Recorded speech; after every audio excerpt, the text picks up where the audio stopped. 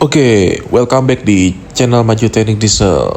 Jadi hari ini kita ada mau review combine harvester dari Mahkota. Ini tipe MCH 1012DE. Nah, dia pakai mesin 12 HP ya. Nah, di sini dia ada ini untuk kopling bagian combine ya. Ini ada kopling untuk jalan, ini maju mundur, ini speed, dan ini kiri kanan untuk belok.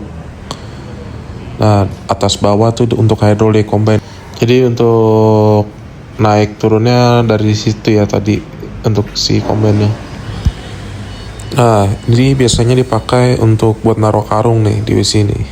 Nah, ini ada jok juga buat kita duduk. Nah, ini untuk lubang hasil cacahan tangkai padi ya. Nanti keluar dari sini dia.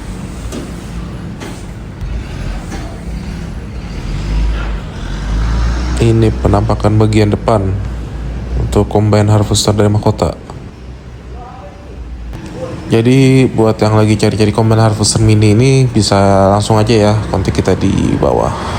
Thank you.